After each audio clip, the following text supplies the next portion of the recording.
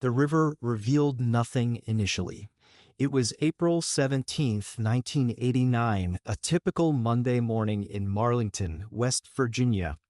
Two of the town's men were fishing their lines into the Greenbrier River when they spotted something knotted among dead branches on the shore, a flash of blue fabric, a white hand. The water swayed what they initially took for a discarded mannequin until they saw her face. "I'll never forget it," said James Holcomb, one of the men who made the discovery. Her eyes were open, staring straight up at the sky like she was still asking for help. The remains of 20-year-old Jessica Winters had been discovered, bringing to an end a desperate 3-day search that had engulfed the tiny Pocahontas County community. Marlington was the sort of town where residents left their doors open, where casseroles turned up on doorsteps when someone was ill, and the highlight of the year was the Pioneer Days festival held every year. That April morning destroyed the town's sense of security once and for all. Sheriff Dale Morgan arrived in minutes, summoning nearly all the deputies in the entire county. But even before word could get out officially, the town already knew. In a community of barely more than 1,000 people, word spread like radio signals. By noon, dozens of townsfolk had gathered on the bridge, watching in disbelief as the recovery team worked. Some cried quietly, others stood frozen in silence. "It was like the heart was ripped right out of our town," said Margaret Wilson, who'd once taught Jessica in 3rd grade. "In a place this small, we're all family. And one of our daughters was taken from Eberly, and one of our daughters was taken from a Trupt. And for 36 years, nobody would ever know who it was." We love true crime stories that bring to light forgotten cases, and we think you will too. If so, be sure to subscribe to Revealed Crime Cases. We delve into secrets that time has attempted to hide. And I'd love to know, where are you watching from today? Leave your location in the comments below. What befell Jessica Winters in the sleepy hills of West Virginia would go unsolved for almost falved, for almost falved, for almost falved, for almost falved, for almost falved your real work. And when the truth did finally come out, it would shatter a town that had previously felt blessed by heaven itself. Jessica was born on August 12, 1968, at the Pocahontas Memorial Hospital. She'd lived all 20 years of her life in Marlington, a familiar fixture as unobtrusive as the old train station downtown. Everybody knew Jessie, Hannah Roberts, her best friend, said. Not everybody just knew of her. Actuas las, varstem, actuas, just like sorjuas, actuas. She remembered your birthday, inquired about your mom, lent a hand when you were struggling. That sort of thing, that's not common, even here. At Pocahontas County High School, Jessica was the standout, but not the type to keep seeking. A class of 87 member to be proud of, she maintained a 3.9 GPA while working on weekends at Parker's General Store. She was on the track team, sang in choir, and volunteered to tutor math. Her senior yearbook awarded her 2 headings: most likely to leave and most likely to come back. A contradiction that suited her to a T. She adored this town, but she sought more, said her dad, Thomas Winters, in the same living room he's left unaltered since her death. A wall of pictures recounts her story: Jessica at age 8, holding her first place science fair ribbon, at 16 in her track jacket, and lastly at graduation in her track jacket, and lastly at graduation. She would tell me Marlington provided her roots, her father remembered quietly, but she had to discover her wings. Those wings were beginning to take shape. Jessica had 2 years of coursework under her belt at the community college in nearby Lewisburg and had just received word that she was being accepted to transfer to West Virginia University in Morgantown the following fall. Her aspiration? To be a doctor and come back home to work with the mountain families she knew as her own. "Healthcare's always been hard out here," said Dr. Robert Simmons, the very same doctor who had delivered Jessica and gone on to mentor her. She noticed how people had to travel more than an hour just to access specialty care. She wanted that to change. Even at 20, that girl had a purpose greater than most folks have in an entire lifetime. Rain or shine, mountain snow or all, 6 days a week Jessica tied on her blue AS6 running shoes and headed out on the Greenbrier River Trail. Her route was always the same, a constant 5 miles beginning at the Old Wood Trailhead off 9th Avenue North to the old railroad track. To her right, the river flowed softly and steadily. She ran alongside it to the very top of the towering forests that climbed sharply to her left. She adored the trail. Her mother, Catherine Winters, spoke quietly, the memory still vivid decades later. Running there made her feel connected to the mountains, the river, the sky. It was her thinking time. No one in Marlington gave a second thought to the safety of the trail before Jessica was killed. It was seen as a community treasure, a testament to the town's beauty and pride, a place where families and visitors would go to hike each other. Once what occurred, however, that feeling of tranquility disappeared. The trail was still there, but the naivety wasn't. In a small community such as Marlington, everyone knew Jessica somehow. Her departure created vacancies everywhere. She taught Sunday school at First Baptist Church. Every Thursday she helped out at the senior center playing piano as residents sang hymns and old folk tunes. On the annual Pioneer Days celebration, she operated the children's games, her soothing patience legendary among harried parents. Whenever someone needed assistance, that girl never said no, remembered Mabel Thompson, 87, who recalled Jessica visiting each week to assist with groceries and medication. But don't let me tell you she was a pushover. She had opinions, and she'd make you know 'em. In fact, Jessica had become a kind of teenage advocate for change during her final year of life. She addressed town council sessions on bringing more opportunities to youth for them to remain in Pocahontas County.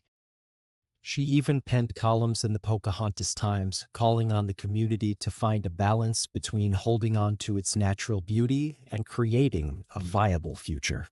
Her last journal entry, left on her desk upon her vanishing, appeared to encapsulate her conflicted heart. Marlington owns my heart, but occasionally I feel as though I'm trying to grow in a pot that's too small. Is it possible to love where you are and still need to go? To pay homage to your home by being more than it made you to be? She never had the opportunity to respond to those questions. 3 days before, on Friday, April 14th, 1989, Jessica pulled her blonde hair back into a ponytail, put on her favorite University of West Virginia sweatshirt to keep out the morning chill, and left for her routine jog. It would be the last time anyone who cared for her was to see her alive. April in Pocahontas County means a unique kind of rebirth. The bitter, unforgiving winters recede, wildflowers burst through the forest floor, and the Greenbrier overflows with snow melt. Spring of '89 was especially optimistic for Marlington. The timber mill had recently rehired, laid off men, a new diner had opened on Main Street, and residents were abuzz with the approaching tourist season. At last, a bit of prosperity back in their mountain community. That Friday morning began unusually warm, 68 degrees by mid-morning. At 6:15 a.m., Jessica emerged from her parents' two-story Victorian house on 9th Avenue as she always did. Some neighbors recalled seeing her that morning.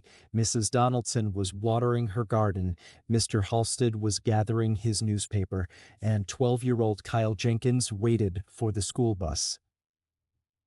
She waved like she always did. Kyle remembered year. Kyle remembered year. Kyle remembered year. Lauchi, iri, erfurla year. Kyle remembered year. She had her Walkman on. She was smiling. Everything was normal, you know? That's what made it so strange later, how normal everything was. Jessica's routine was like clockwork. 5 miles down the trail, home by 7:30, shower, then off to her 9 a.m. job at Parker's General Store. But when she hadn't come back by 8:15, her mother grew anxious. By 8:45, Catherine was beside herself, calling Jessica's friends, working over every possibility. When store owner Betty Parker called at 9:30 to ask why Jessica hadn't appeared, Catherine called the Pocahontas County Sheriff's Department. This wasn't like Jessica, Sheriff Dale Morgan later said. She didn't just not show up for places. And in a town like Marlington, someone breaking their routine catches your attention right off. In less than an hour after Catherine Winter's phone call, Sheriff Morgan sent his 3 deputies on duty to ride the length of the Greenbrier River Trail, and he remained behind to take Catherine's complete statement. At noon, after being out since dawn and finding nothing, Morgan made a move unthinkable in Marlington a few days before. He called in the West Vert and Westvor. He called in the West Vert Billies. In the West Vert, the news traveled quickly as it always did. Not by word of the church or even the authorities, but by one neighbor calling another, through hushed conversations over lunch at Dory's Diner and by rushed announcements at midday church services. By mid-afternoon, there were over 200 people at First Baptist Church, the same location where Jessica had taught Sunday school just 5 days earlier. Tom Riley, owner of the local hardware store, had the local hardware store, had the ounce. Had the if local gas I did girl our barrels lived to singlet. 40 years I lived in Marlington, he told me, and never anything like that. Everybody came out. Logger boys in their work boots, teachers right out of the classroom, the mayor directing search parties while the churchwomen converted the fellowship hall into a command center, phones, maps, coffee, the whole deal. We were frightened, yes, but we knew we'd get her.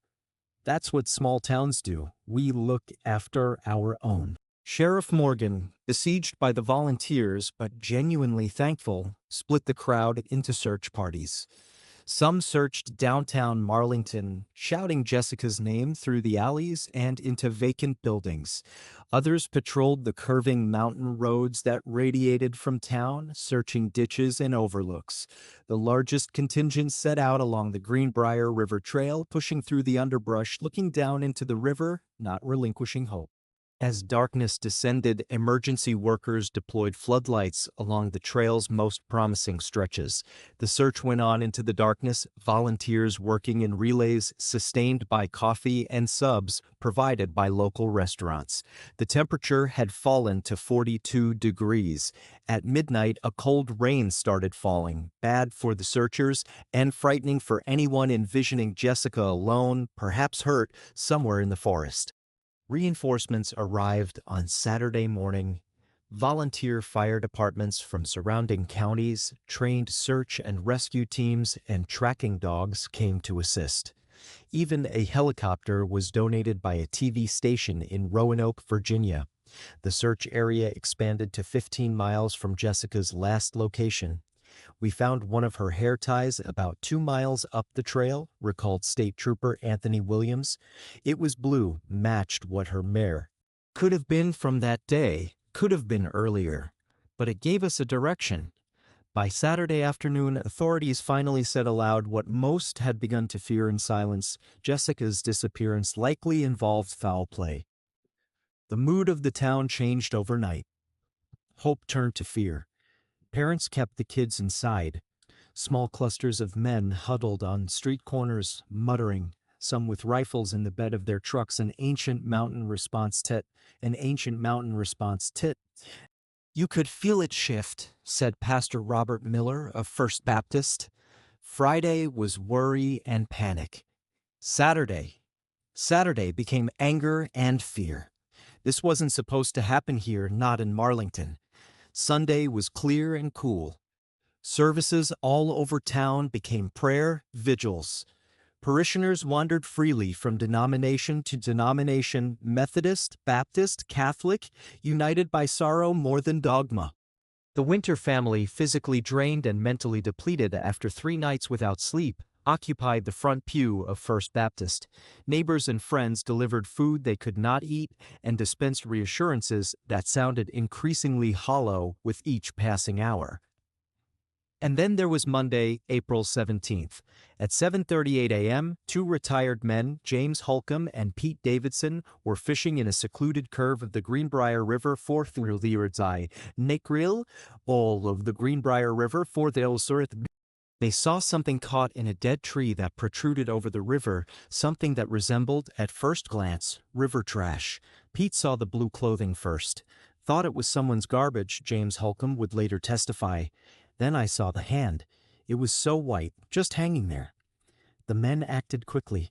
They picked up their CB radio, a standard piece of equipment for anyone who fished on those isolated reaches where phone coverage was skeskep, where phone coverage was skefritskalb, where phone coverage was skektrov-tim. Within 20 minutes, Sheriff Dale Morgan had arrived on the riverbank, followed by a hastily mobilized recovery team. The procedure was sensitive. Jessica's body, which was immediately recognizable in her clothing and physical characteristics, had gotten caught in underwater branches. The cold, rushing water was not conducive to working without compromising possible evidence. 4 men waded in, boots sinking into silt, gingerly unwinding her from the debris. Almost an hour went by before they could get her on shore. The preliminary notes of the medical examiner were somber. Jessica's WVU sweatshirt was ripped at the shoulder. Her arms and face had numerous scratches, presumably brush and limbs along the river. Her time in the water was estimated at an early stage to be between 48 and 72 hours, which meant she likely died that Friday morning. Word of her recovery preceded her body to town. Sheriff Morgan drove in person to the Winters' house to bring the news. When he informed Catherine and Thomas, their screams echoed down the block. Neighbors stepped out of porches, some weeping, some frozen in silence, holding on to one another's hands. Within that afternoon, Marlington, the same town that had been united for days in hope and search, fell into paralyzed shock. Stores closed early. Schools announced they'd close the next day. The volunteer fire department organized nighttime patrols, something no one had ever thought of needing in this trusting little town. It shattered us, recalled longtime Mayor Harold Phillips. Not only losing Jessica, who was so well-liked, but losing our sense of... Suddenly, everyone looked at their neighbors differently. Either someone among us had done this, or a stranger had passed through and not been noticed. Either way, the possibilities were frightening. On Wednesday, the complete report of the medical examiner verified what many feared. Jessica had been sexually assaulted prior to her being murdered by manual strangulation. Much of the physical evidence had been washed away by the water, but her bruising on the neck said it all. Whomever murdered her didn't take much for granted. It seemed she'd been in the river since just after she'd vanished. The town overnight was transformed. Doors that had previously remained unlocked were now double-locked. Parents began driving children to school bus stops. The Greenbrier River Trail, once the pride and joy of Marlington, silenced even as spring weather became perfect for hiking and fishing.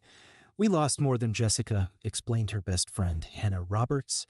"We lost Marlington as we knew it, our innocence, our trust.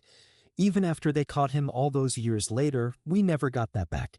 The neighborhood enveloped the Winters family in love and support. Food, contributions, prayers, nobody wanted them to grieve without assistance.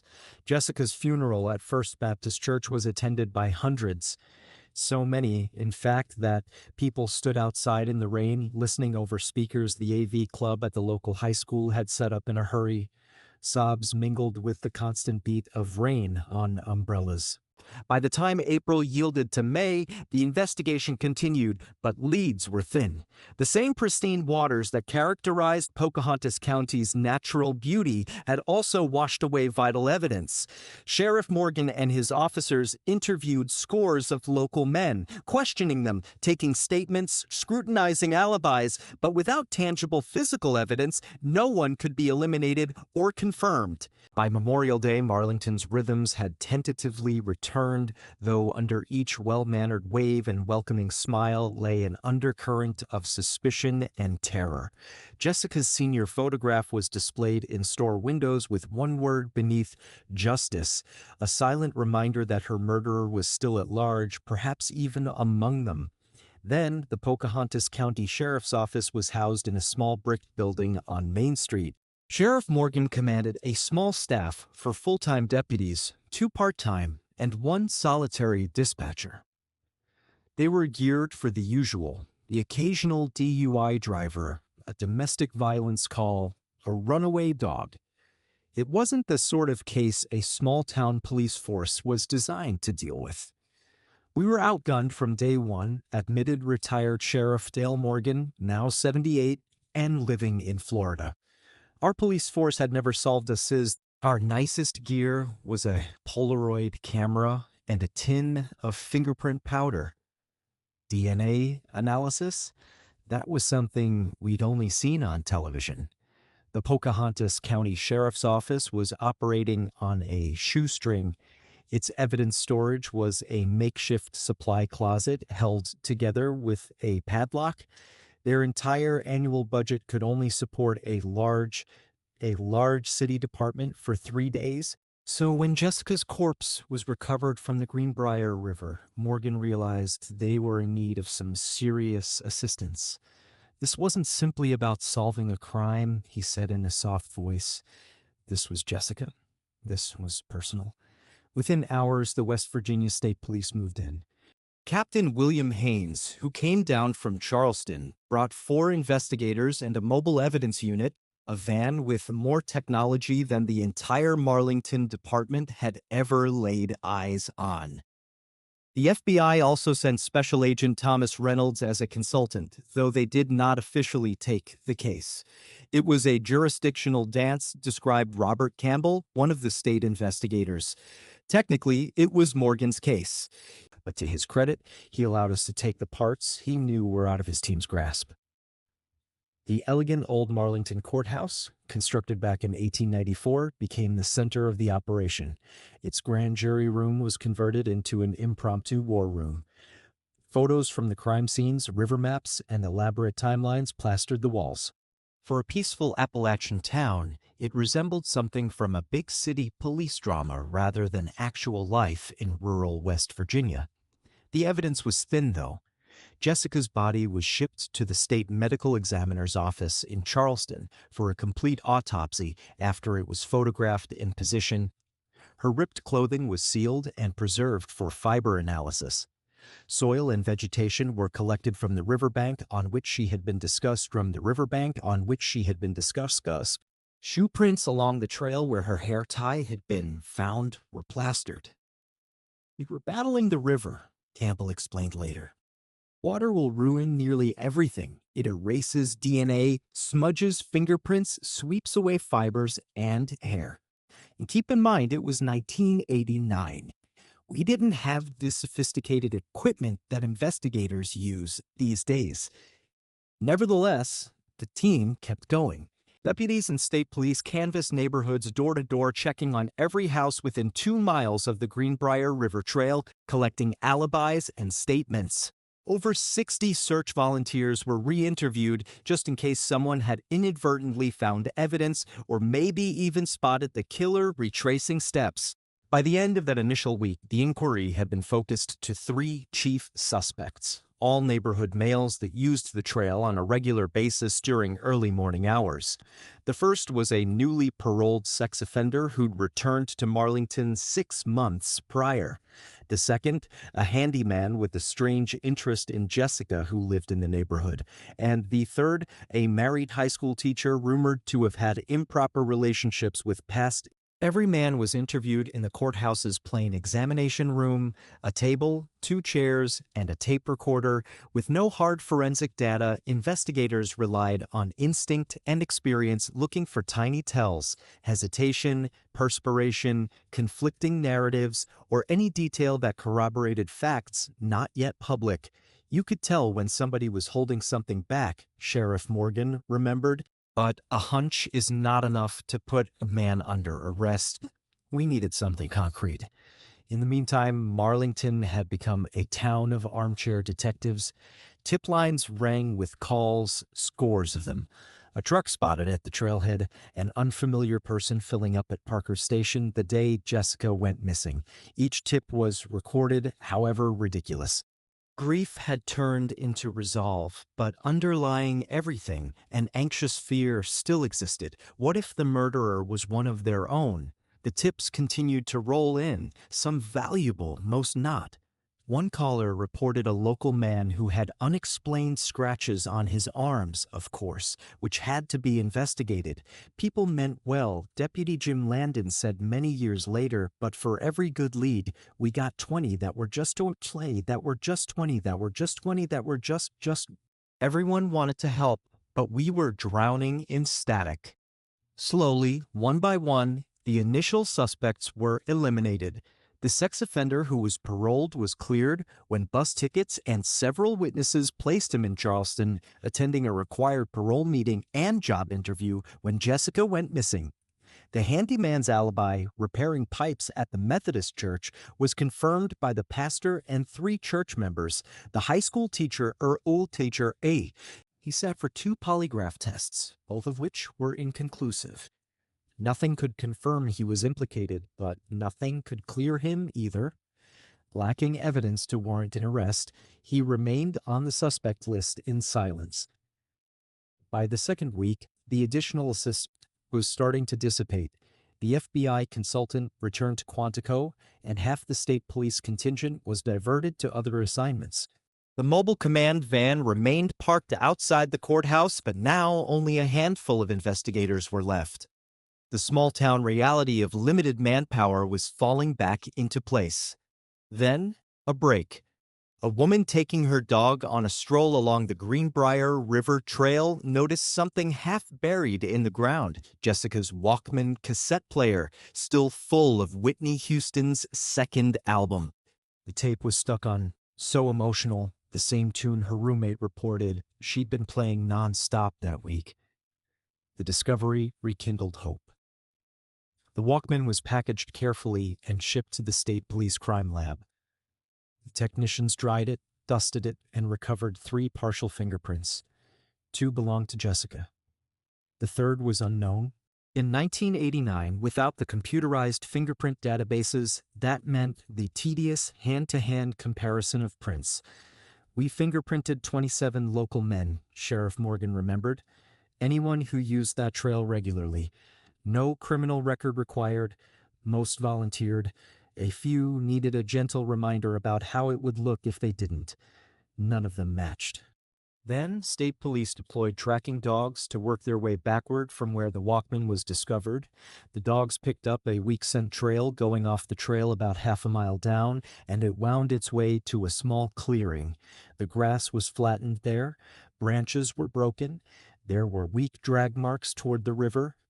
We finally had a crime scene, said Investigator Campbell, but it was 2 weeks old, weathered by rain, trampled by searchers, about 12 by searchers, 2 by searchers, 4 routes weathered by rain, trampled by searchers, obsirot abdurails, a more to way weathered by searchers with the river, and was de Valois.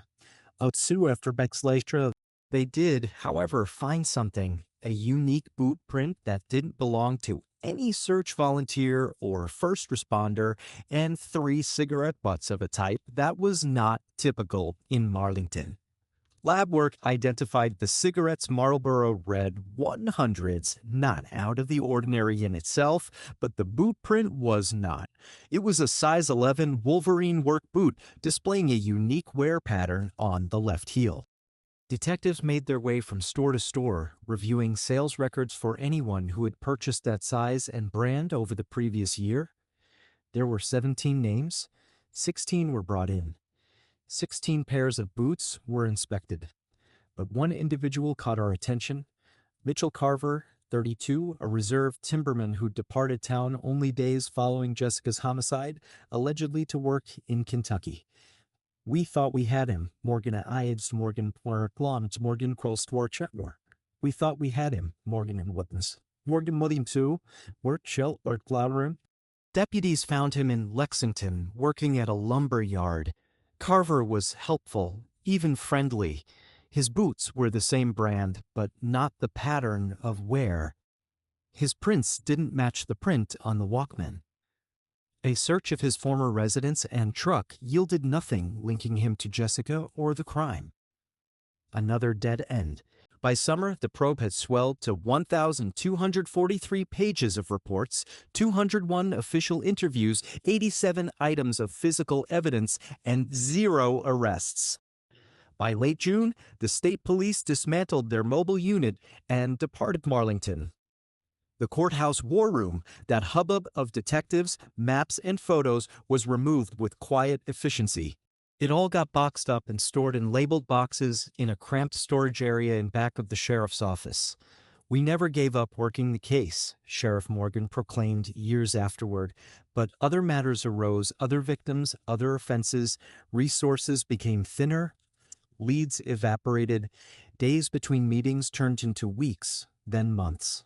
And in a moment, the killing of Jessica Winters fell into what detectives euphemistically refer to as a cold case, not forgotten, but no longer vibrant with urgency.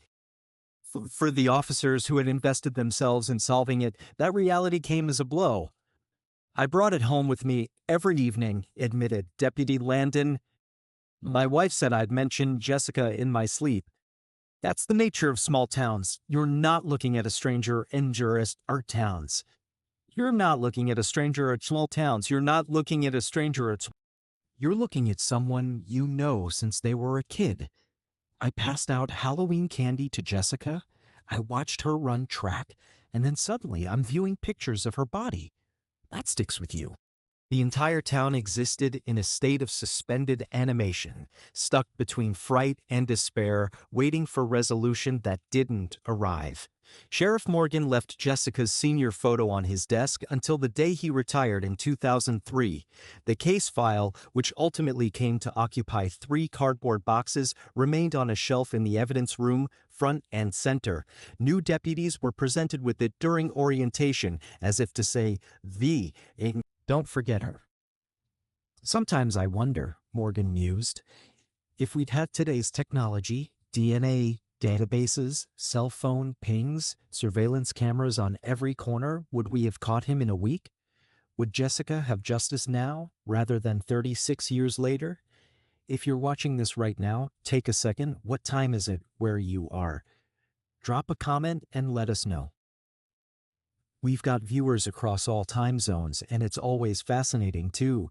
And it's always fascinating to left. Listeners just all do a little rat in Twitter. Carulofs. House, this always.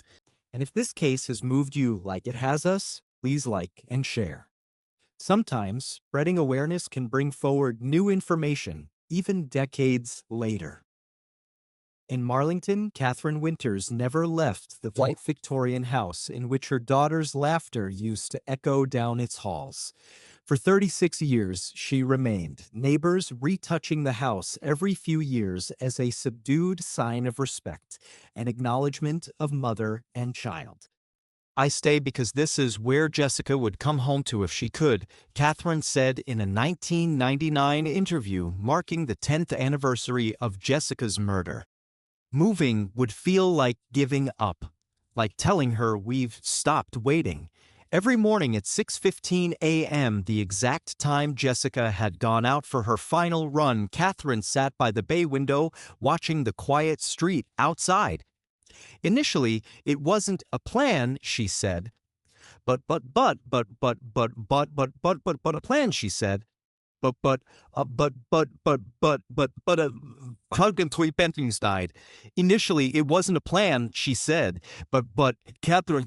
Some neighbors had murmured that it was macabre. Her husband, Thomas, disagreed. In spite of the tension that bereavement put on their marriage, he supported her. "She wasn't waiting," he whispered. "She was standing watch to ensure Jessica wasn't overlooked, to ensure whoever had done this knew someone was still searching." Over their fireplace, Jessica's senior portrait hung blue sweater, silky blonde hair barely grazing her shoulders, and that little, sweet gap between her front teeth she'd always been self-conscious about. The colors never wore off over the decades. Catherine saw to it, tuning the curtains throughout the day so sunlight never hit the glass. It was more than just a photo to her. It was a vow. That picture is how I keep her alive in this house. Catherine Parrington's are alive in this house. Catherine Crefeld is number 7 house after Wilder Grovina been what? It was ignorantly get down to bed rips out teacher. Give no listen, Sam I the girl, the Cuba like you allowed them to see what I was worse than it. You. It's what's good for number. I talk to it sometimes alone, tell her what I did today, what's new in town, what I've learned about the case. I know some people would think that's crazy, but mothers get it. Each April 17th, the day the body of Jessica was discovered, the Marlington Methodist Church observed a memorial service. The initial year, more than 400 showed up, close to half the town's population.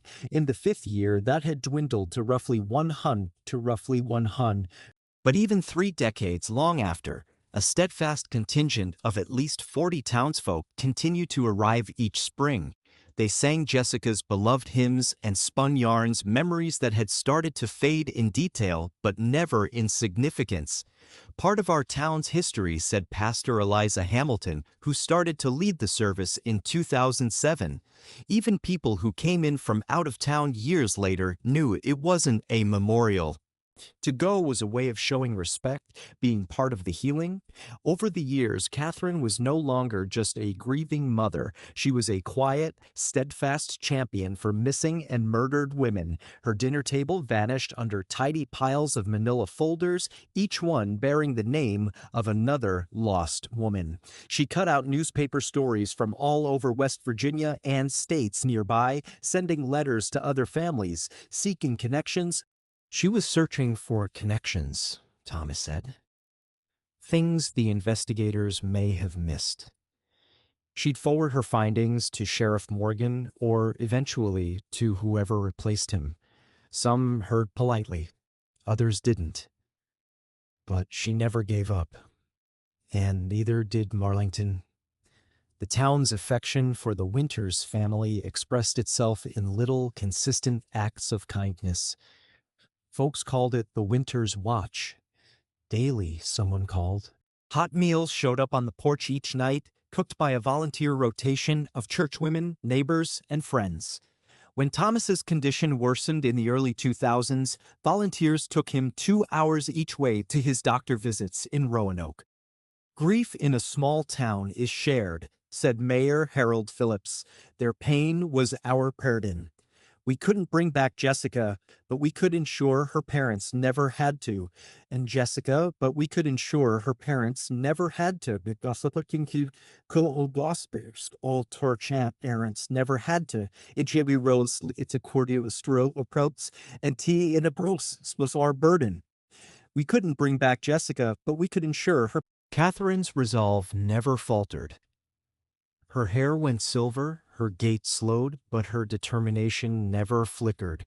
She went to every new deputy's swearing-in ceremony, smiling politely and reminding each of them gently that her daughter's case was still unsolved.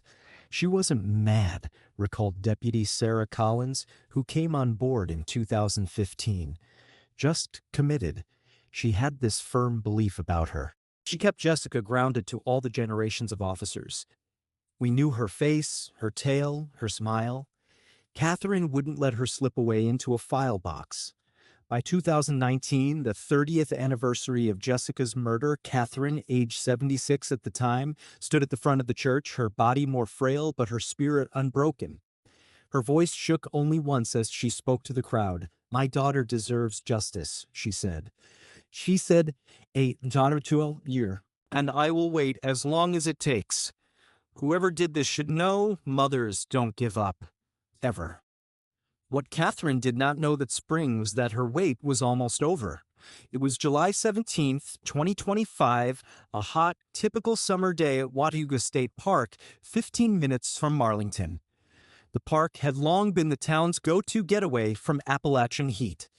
Kids frolicked in the cool blue water as parents and grandparents reclined, blind parents reclined.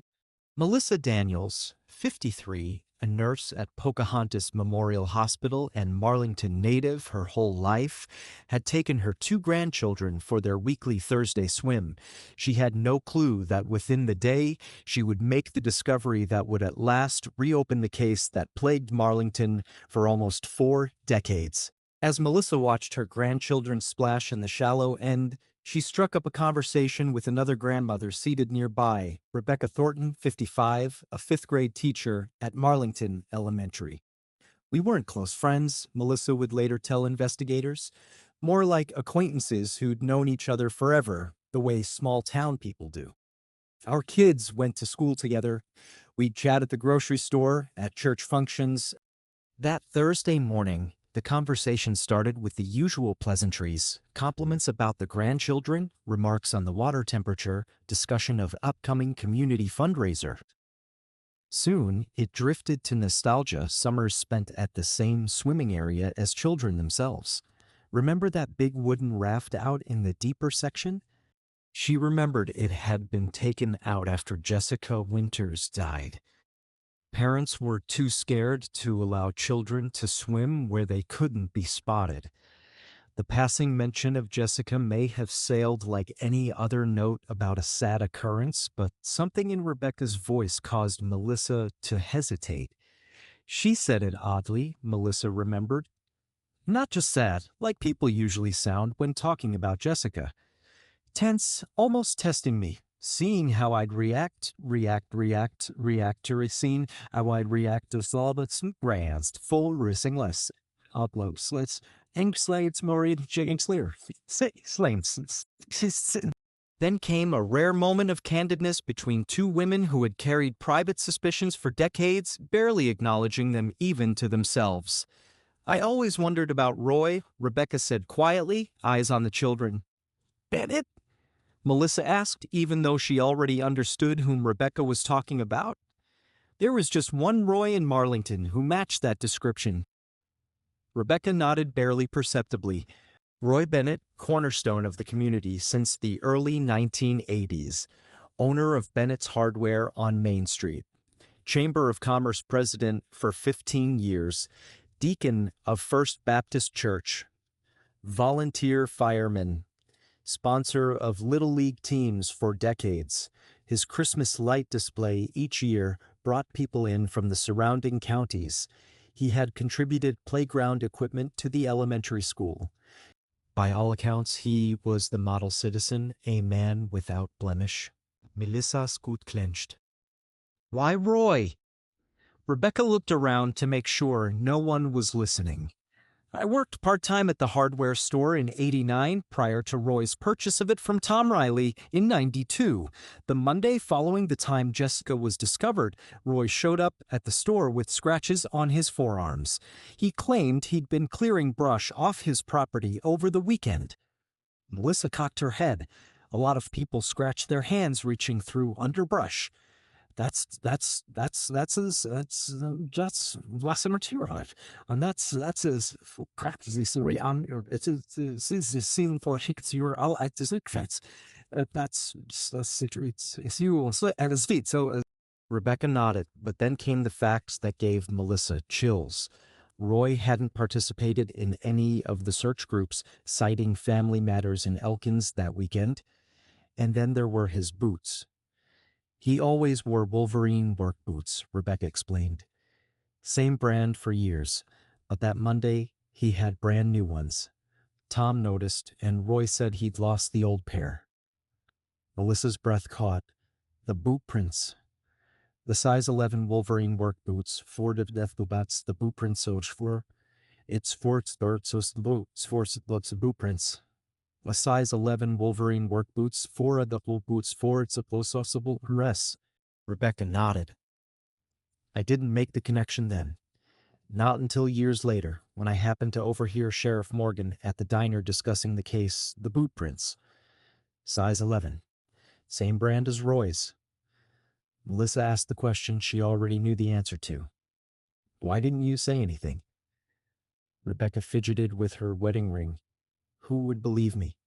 Roy Bennett, pillar of the community, against a part-time clerk who'd only worked there 3 months. I didn't have proof, just names I noticed, and my husband worked for him afterwards. We needed that job.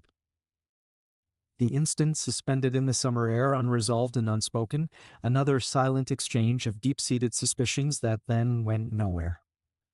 Melissa paused, then offered a memory she'd carried alone all these years. The fall after Jessica's death, I was working a night shift at the hospital. Roy walked in just before 2 a.m. with a cut on his hand that required stitches.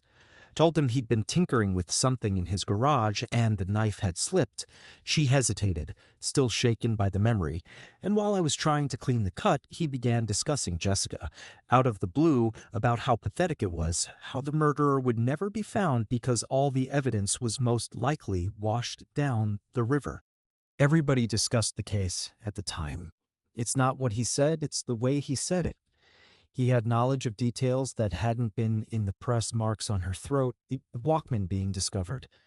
And he had a look, nearly satisfied when he said evidence was destroyed. Rebecca went white. Did you report it?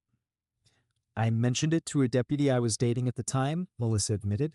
He said they'd already cleared everyone who bought those supposedly at a business meeting in Charleston that morning. The two women fell silent, eyes on their grandchildren as they played in the sunlit water, both feeling the weight of decades-old suspicions. At last, Rebecca said, "My cousin is a state police officer now in the cold case division. She was telling me this weekend that they're employing new DNA methods that are able to recover profiles from samples that were too degraded in the past. Would they reopen the case on the basis of just feelings that we had?" "I don't know," Rebecca replied, looking into her eyes. "But Jessica's mother still lives in that house on 9th Avenue, still hoping for justice. Don't you think she has the right to know someone's still investigating?" Between the Pocahontas County Sheriff's Office and the state police headquarters in Charleston, to Marlington again with a new sheriff, and then moved around different storage units as governments came and went. But through all those moves, the chain of custody was kept carefully detailed, a silent vow nothing would be lost or misplaced. The boxes finally came in August 2025 to the West Virginia State Crime Lab's expanded cold case you called the Lully's expanded cold cases you zero the what Virginia sick year to the West Virginia State Crime Lab's expanded cold cases. Remodeled only 2 years earlier using federal dollars, the lab contained technology that would have been science fiction to investigators in 1989. When we first investigated this case, DNA analysis was still in its infancy, said Dr. Ellinger Simmons, chief of the cold case unit. Then you required quite large, well-preserved samples. Now we can get profiles out of material thousands of times smaller and much more, but the thousands of times smaller and much more. The lab acted first on Jessica's clothes, which were saved despite their immersion in river water. In a process known as MVAC, a wet vacuuming system, technicians harvested microscopic cellular material stuck deeply in the fibers of her shredded sweatshirt. Routine swabbing would have left most of it behind. Dr. Simmons went on, MVAC enables us to recover cellular material embedded deep within the weave of fabrics, even the cigarette ash from the likely attack location, dismissed in 1989 as too crushed, was treated with methylation methods, able to recover DNA previously deemed impossible. Most promising was the fragmentary fingerprint from Jessica's Walkman. Computer algorithms, initially designed for use in national security, resolved ridge patterns that were unclear in the initial investigation. "We're not creating evidence that wasn't there," Dr. Simmons emphasized. "We're simply using better tools to see what was always present, but beyond the reach of earlier investigators." While the laboratory remained operational, Lieutenant Sarah Matthews built a cold case unit dedicated exclusively to Jessica Winter's case. Their initial assignment was a careful examination of the original cases, finding witnesses that had to be re-interviewed and leads that needed to be revisited. One name continued popping up in the margins of the 1989 investigation: Roy Bennett.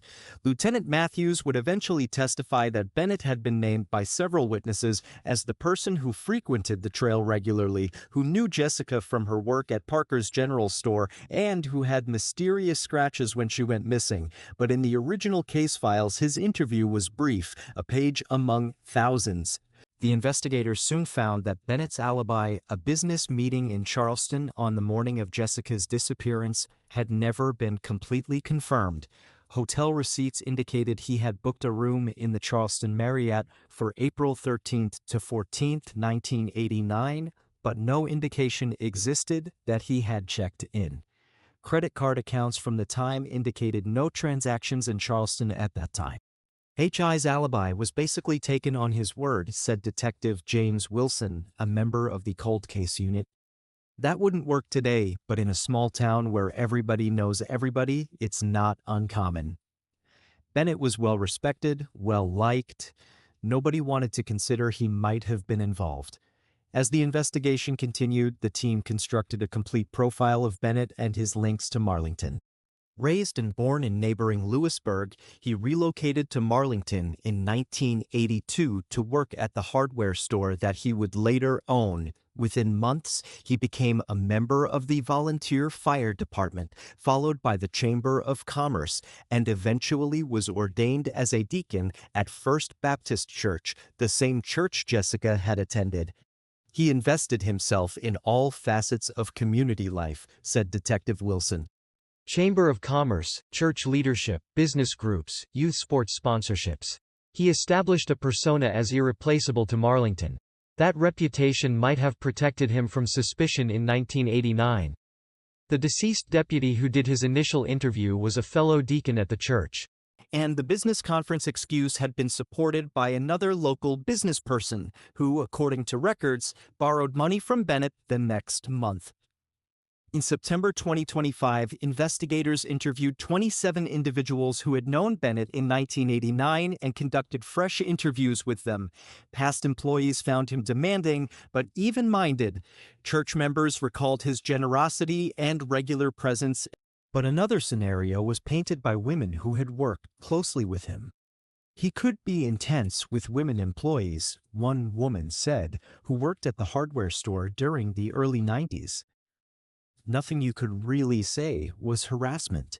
Just hanging around too long, standing too close, commenting on appearance that wasn't right, but made you nervous. Another woman, who was a teenager at the time, recounted how Bennett would often give her rides. Something about him made my skin crawl, though I couldn't explain why.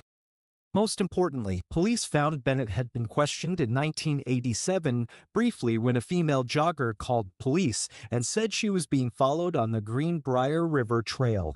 No charges were made, and the initial report was indefinite. The jogger, now a resident in North Carolina, remembered in 2025, he was very curious about my running habit. Will roll into motels. Will learn intensive. He was very curious about my running habit. What will say photo? Will took those things so we can see something flown. And you're dry. And going to flat about the fall as long as he would inquire about when I normally ran, what areas of the trail I liked. Then I thought he was being polite, perhaps a runner himself. In hindsight, it felt different. Bennett, 68 years old, walked onto his porch to get the morning paper, unaware of the ring of a dozen police cars quietly encircling the house. Red lights flickered, radios beeped, and tactical-clad officers moved in with the precision developed through years of the trail history, with years of cloud, heaps of the road through years of like work. Past and present merged in that instant. 36 years since Jessica Winters had gone out for an early morning run and did not return. Roy Bennett, you're under arrest for the murder of Jessica Winters, called Lieutenant Matthews. Bennett's face, long familiar to the town as a pillar of civility, betrayed a flicker of surprise that quickly hardened into defiance. He was handcuffed without incident and read his Miranda rights, the ritual words now loaded with the weight of decades-long accountability. Neighbors lingered in silence at the fringes of the street, attracted by the activity but held back by decades of deference to law enforcement. Within, detectives started the process of gathering Bennett's personal belongings and readying him for removal to the Pocahontas County Courthouse. The evidence accumulated through months, starting from the enhanced Walkman fingerprint through to the DNA match, the hair elastic, and the cassette case presented a chain so credible that the case against him was now effectively unbreakable. The arrest rocked Marlington. Mayor Patricia Collins summed up the town's stunned incredulity. We had known him as a neighbor, a friend, someone you trusted without question. To discover he was capable of such evil, it changed everything. But at the same time, justice finally came. Jessica deserved this moment. By mid-morning, the news had reached local media, social media, and surrounding counties. Homeowners who had raised Jessica and seen their town spiral into terror and sorrow could now feel a sense of closure, a recognition that the waiting and the years of uncertainty were coming to an end at last. For Thomas and Catherine Winters, the arrest was surreal and emotionally searing. Catherine, having watched the street for 36 years at 6:15 a.m. every morning, finally was able to convince herself that the death of her daughter had not been in vain. Justice, she breathed to Thomas, sobbing as tears coursed down her face, finally arrived. Prosecutors jumped quickly to preparing the case for trial, believing that the pairing of advanced DNA testing, years of witness testimony, and recovered physical evidence would stand up to the test of a jury. Prosecutors pointed out that careful documentation of evidence and relentless tenacity by law enforcement and the public had enabled the arrest. The life of Jessica Winters, her tragic murder, and the unyielding quest for justice became a benchmark for small-town America. It illustrated how decades of sorrow, remembrance, and watchfulness can meet with contemporary science to ultimately expose the truth, however deeply hidden. The initial hearing was a strained, emotionally charged experience. Jessica's parents, Catherine and Thomas Winters, sat alongside community members who had borne the sorrow for decades. Prosecutors presented the evidence in careful detail, highlighting how advancements in forensic science had revealed what had remained hidden to investigators in 1989. Each piece, DNA, fingerprints, the recovered personal items, created a portrait of a murderer who had concealed themselves in plain sight. Bennett's defense attempted to raise doubts, pointing out the many years between the crime and his arrest and the validity of DNA taken from samples decades old, but the prosecution responded with expert testimony detailing the sophisticated methods that had preserved and tested the samples and the strict chain of custody that guaranteed the evidence had never been contaminated. The judge learned of the neighborhood recollections, the simmering distrust of those who had noticed Bennett's unusual actions, and the detailed chronology demonstrating he might have returned from Charleston in time to be the killer. Witnesses such as Melissa Daniels and Rebecca Thornton, who previously refused to come forward, offered telling information regarding Bennett's past conduct with women and his suspicious actions around the time of Jessica Zur, and Lemon and his suspicious actions around the time of Jessica Zur. At the conclusion of the hearing, the judge determined that there was probable cause to proceed with the case. Bennett was still behind bars, his reputation ruined with the harsh reality that decades of lies were no longer able to hide him. For Marlington, the hearing was one of bittersweet satisfaction. The arrest and official charges gave her a degree of satisfaction and vindication, but the anguish of the loss that had defined so many live. Community members weighed the complicated blend of relief and sadness. Justice doesn't take away the trauma, said Pastor Eliza Hamilton, who had presided over memorial services for Jessica for years. But knowing that the person responsible has been held accountable, that's a weight removed. At last, we can start to honor Jessica's memory without that shadow hanging over us. As the trial preparations continued into 2026, investigators, prosecutors, and Jessica's family stayed alert, making sure that the decades-long quest for justice would end with a fair but unflinching facing of the reality. The case was also a harsh reminder of how persistence, technology, and collective memory could come together to break unsolvable crimes. The Charleston trial gained fierce attention both at the local and prosecutors carefully laid out the evidence, beginning with the DNA from Jessica's sweatshirt and the abandoned coffee cup, highlighting the nearly perfect match. They showed the hair elastic and Whitney Houston cassette case in Bennett's storage unit, portraying them as souvenirs and recreating his ongoing attachment to the crime. Witnesses such as Melissa Daniels and Rebecca Thornton described the decades of suspicious activity and observation, which had previously been disparaged, creating a pattern that supported the forensic evidence. Forensic psychologists testified regarding the behavioral profile of those who keep trophies and track investigations, highlighting how Bennett was able to keep his secret while keeping up appearances.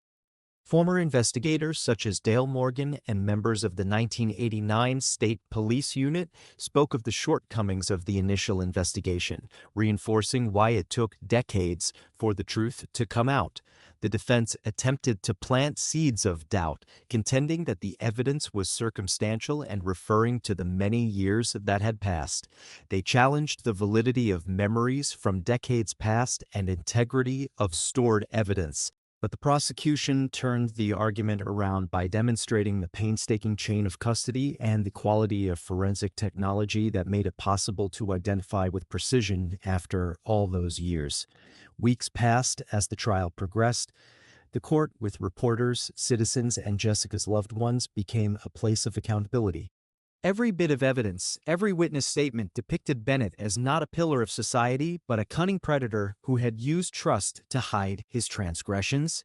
When closing arguments ended, the jury deliberated, knowing they were determining a case that had been centuries in the making. The verdict, when it arrived, was swift, guilty on all charges. The courtroom burst into a mixture of tears, sighs of relief, and subdued sobbing sobbing out some subdued sobbing alums subjuice. The rates in race of rates bjorda April for the seers, you kill guilt sobbing out sile to those two sighs of relief and subdued. Catherine Winters, frail but determined, fainted into the arms of her son, finally free to let go of the decades-long burden she'd borne. Thomas Winters, standing close by, clutched her hand tightly, their mutual grief now laced with vindication. Sentencing came, and Bennett was given life without parole. The community of Marlington slowly healed in the aftermath. Memorials honoring Jessica, once touched with unanswered questions, now featured der Dingwang promotions, now featured the Tang Ageless Mural Onward as Askerpen Gingster in War. And some then questions now featured Gerald's text question. Families, neighbors, and friends pondered the determination it took to find justice, the value of being vigilant, and the strength of forensic science in breaking through decades of deceit. For Catherine Winters, a sense of justice came only a portion of the comfort she had sought.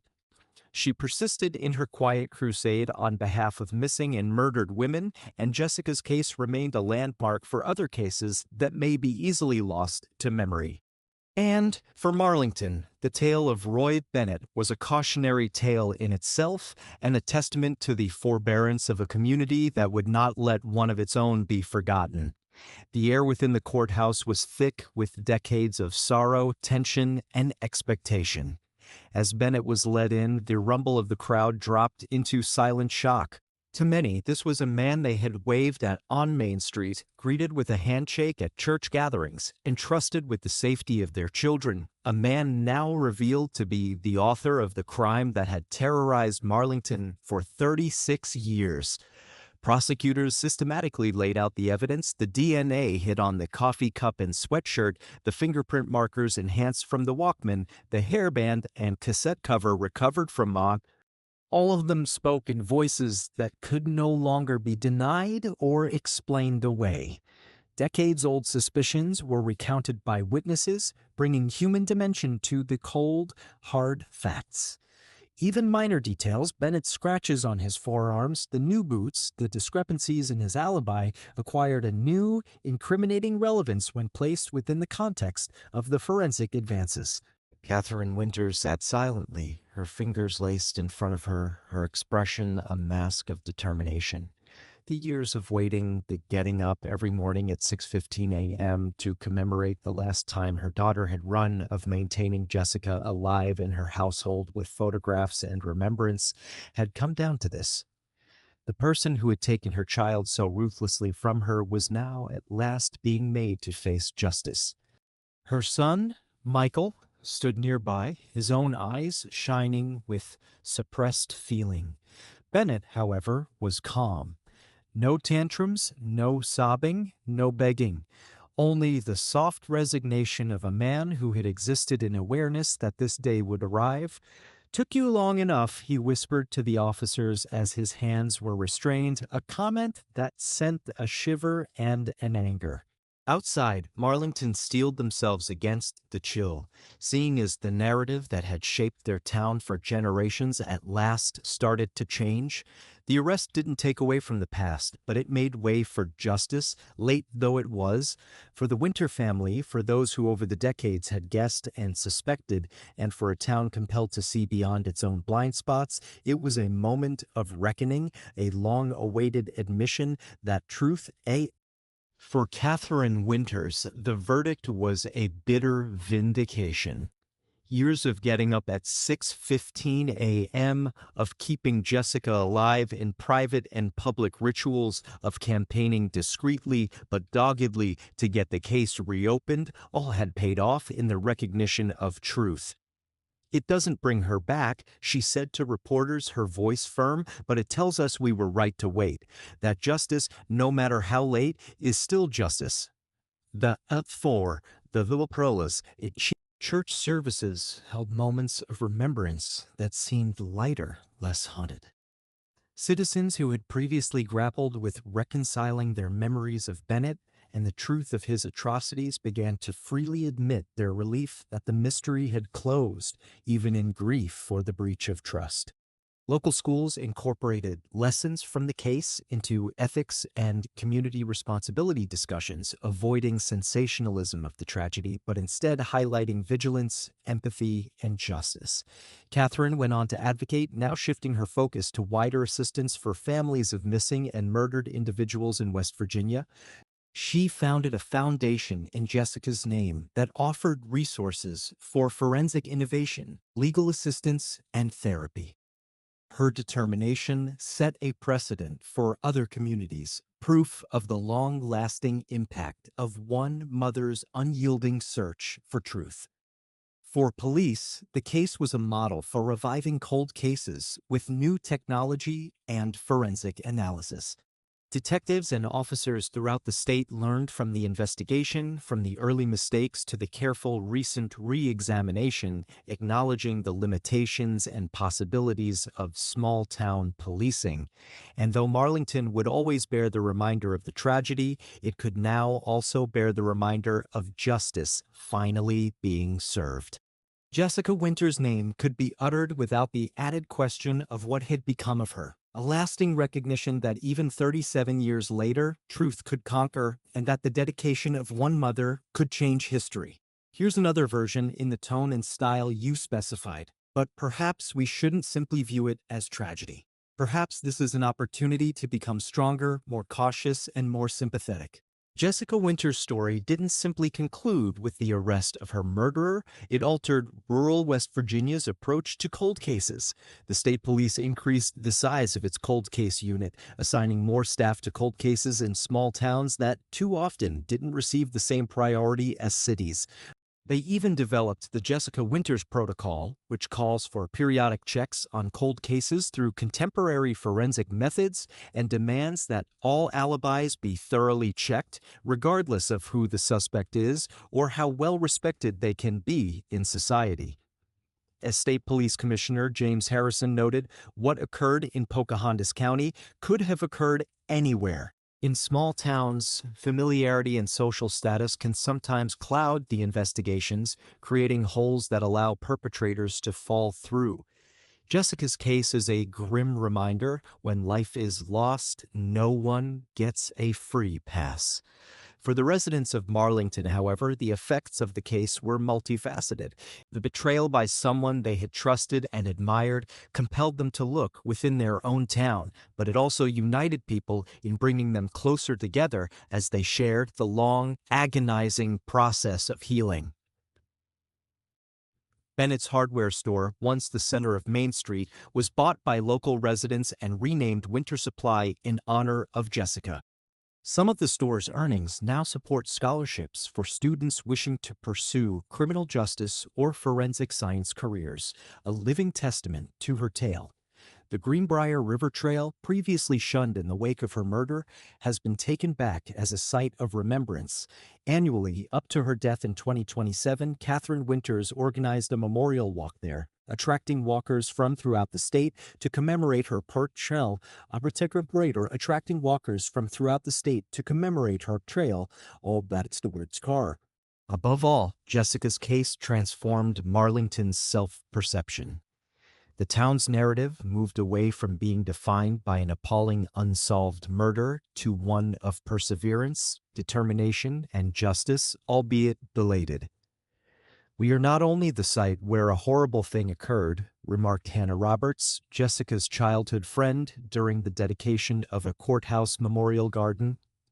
"We are the site that never lost sight of seeking the truth. We are the site where a mother's love was stronger than time.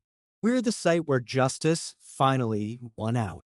As we shut the book on Jessica's case, it's a reminder that cold cases aren't just old files. They're open sores in communities that can't heal completely until the truth is revealed. If this tale touched your heart, subscribe to Revealed Crime Cases for more justice served, sometimes decades overdue. And let us know in the comments, what case should the crime nor what case should go if princess three secret and serial terrorist? What case should you go based kiss in you that he can come to you? What case should two share? I post all the stuff. Your support brings light to cases that could otherwise grow dim with time. Because every victim is entitled to be remembered and every truth entitled to be heard, no matter how long it may take.